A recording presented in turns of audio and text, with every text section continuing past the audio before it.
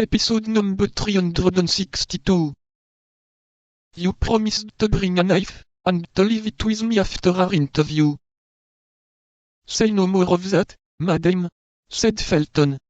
There is no situation, however terrible it may be, which can authorize a creature of God to inflict death upon himself.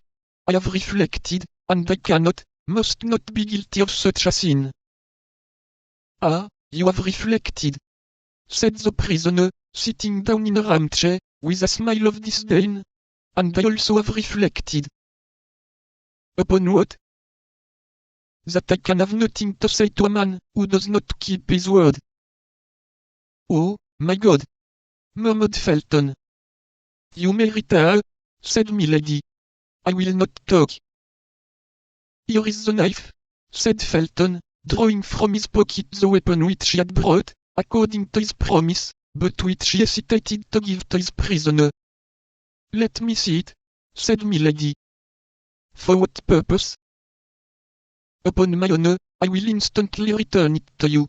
You shall place it on that table, and you may remain between it and me.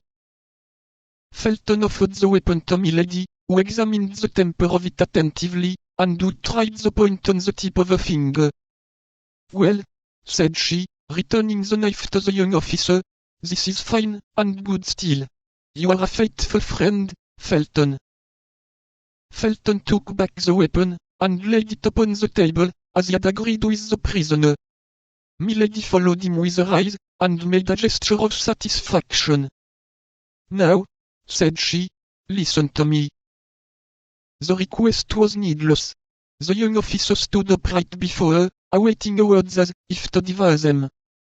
Felton, said Milady, with a solemnity full of melancholy, imagine that your sister, the daughter of your father, speaks to you. While yet young, unfortunately handsome, I was dragged into a snare. I resisted. Ambushes and violences multiplied around me, but I resisted. The religion I serve, the God I adore, were blasphemed, because I called upon that religion, and that God, but still I resisted. Then outrages were heaped upon me, and as my soul was not subdued they wished to defile my body forever. Finally, Milady stopped, and a bitter smile passed over her lips. Finally, said Felton, finally, what did they do? At length, one evening my enemy resolved to paralyze the resistance he could not conquer. One evening he mixed a powerful narcotic with my water. Scarcely had I finished my repast, when I felt myself sink by degrees into a strange torpor. Although I was without mistrust, a vague fear seized me, and I tried to struggle against sleepiness. I arose. I wished to run to the window and call for help, but my legs refused their office.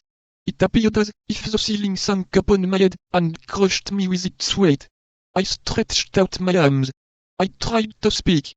I could only utter inarticulate sounds, and irresistible faintness came over me.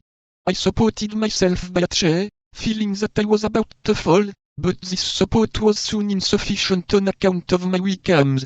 I fell upon one knee, then upon both. I tried to pray, but my tongue was frozen. God doubtless neither heard nor saw me, and I sank upon the floor a prey to a slumber which resembled death.